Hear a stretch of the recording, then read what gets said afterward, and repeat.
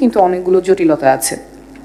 যে অ্যাপটা লঞ্চ হয়েছে এটা আমরা ফিডব্যাক পেয়েছি খুবই ইউজার ফ্রেন্ডলি, কিন্তু বাস্তবায়নের প্রক্রিয়ায় অনেকগুলো সীমাবদ্ধতা আছে। আমি কয়েকটার কথা বলছি।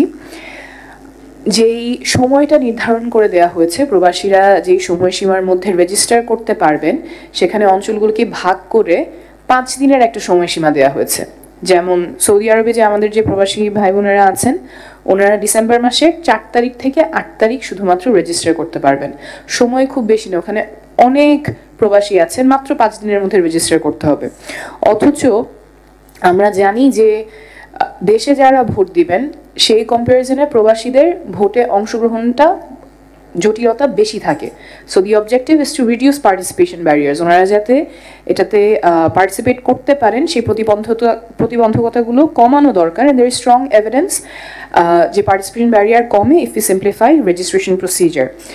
এটা অনেক এভিডেন্স আছে। আমি ইন্টারন্যাশনাল আইডিয়ার গ্লোবাল স্টেট অফ ডেমোক্রেসি 2025 এর যে রিপোর্ট সেখান থেকে কোট করছি। Legal and administration design of registration of OCV including registration requirements strongly affect participation rates. এবং এই রিপোর্টের একটা রেকমেন্ডেশনই ছিল to simplify registration procedure to lower participation barriers. এই যে একটা আর্টিফিশিয়াল সীমাবদ্ধতা দেওয়া হয়েছে শুধুমাত্র 5 দিনের মধ্যে রেজিস্টার করতে হবে, we do not think that is helpful. এবং এটা আমাদের যারা প্রবাসী ভাই বোনরা আছেন তাদের অংশগ্রহণের ক্ষেত্রে অনেকগুলো জটিলতা এবং সীমাবদ্ধতা তৈরি করবে।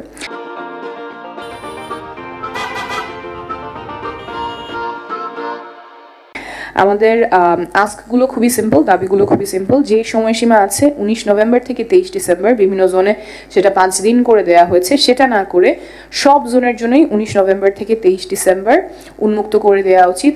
1 মাসের কিছুটা বেশি সময়, এই পুরো সময়টা দিলেও যে খুব বেশি সময় থাকবে প্রবাসীদের রেজিস্টার করার জন্য তেমন না, কিন্তু তারপরেও এতটুকু সময় সব জোনের জন্য উন্মুক্ত করে দেওয়ার আমরা দাবি জানাচ্ছি, যাতে 19 থেকে 23 এই পুরোটা সময় প্রবাসের যে কোনো খান থেকে ওনারা পোস্টাল ভোট বিডি অ্যাপে রেজিস্টার করতে পারেন।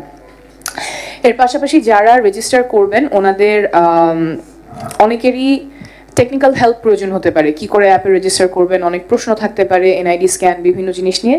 এই কারণে আপনাদের পক্ষ থেকে সহায়তার প্রয়োজন। আমরা দেখেছি আপনারা একটা ইমেল এবং হেল্পলাইন দিয়েছেন, এটা আরও ভিজিবল করা এবং 24/7 যাতে সহায়তাটা পাওয়া যায়। এবং টার্ন অ্যারাউন্ড টাইম কত হবে, কেউ যদি কোনো প্রশ্ন করেন আপনাদের ইমেলের মাধ্যমে প্রশ্ন করেন, কতক্ষণের মধ্যে তিনি এই উত্তরটা পাবেন, সহায়তাটা পাবেন সেটা স্পষ্ট করবেন।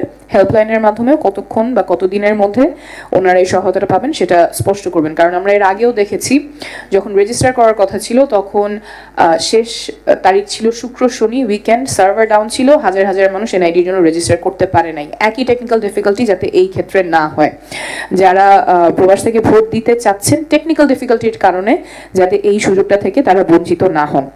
আরেকটা বিষয়ে আমরা ফিডব্যাক পেয়েছি, অ্যাপটাতে পাসপোর্ট এবং এনআইডি দুইটাই স্ক্যান করতে হয়। স্ক্যান করতে গেলেও অনেকের জটিলতা থাকে।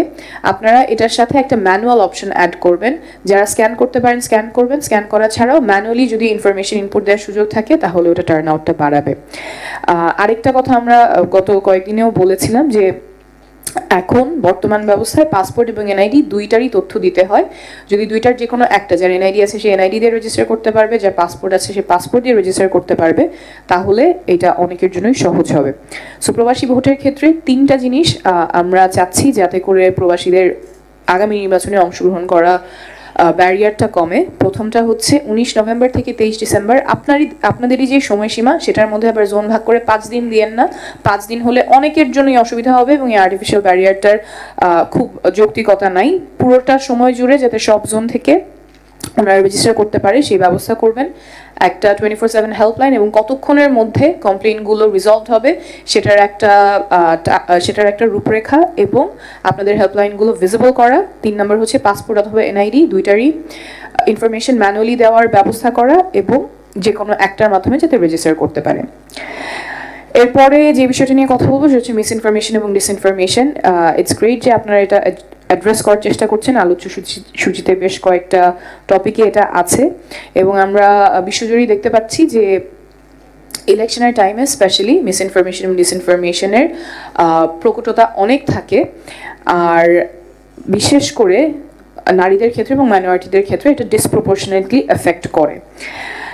আপনাদের যেই প্রজ্ঞাপন এখানে 16 ঘতে লেখা আছে প্রতিপক্ষ নারী সংখ্যালঘু বা অন্য কোনো জনগোষ্ঠীকে লক্ষ্য করে ঘৃণাত্মক বক্তব্য ব্যক্তিগত আক্রমণ বা উস্কানিমূলক ভাষা ব্যবহার করিতে পারিবেন না। প্রিন্সিপালটা সুন্দর, কিন্তু এটার বাস্তবায়ন কিভাবে হবে সেটার কোনো আউটলাইন এখানে নাই।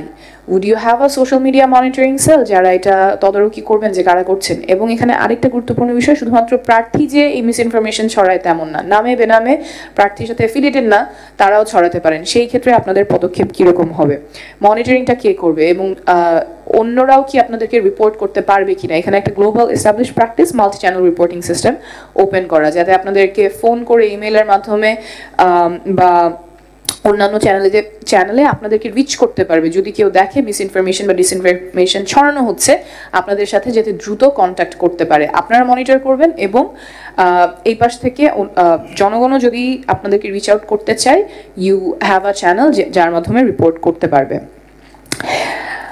মেটা, টিকটক যারা অনলাইন প্ল্যাটফর্মগুলো চালায় তাদের সাথে কোলাবোরেশন প্রয়োজন, যাতে যদি miss information disinformation that is really harmful আপনারা কুইক টেক ডাউন করতে পারেন। এই কোলাবোরেশনটা আপনাদের পক্ষ থেকে থাকা প্রয়োজন।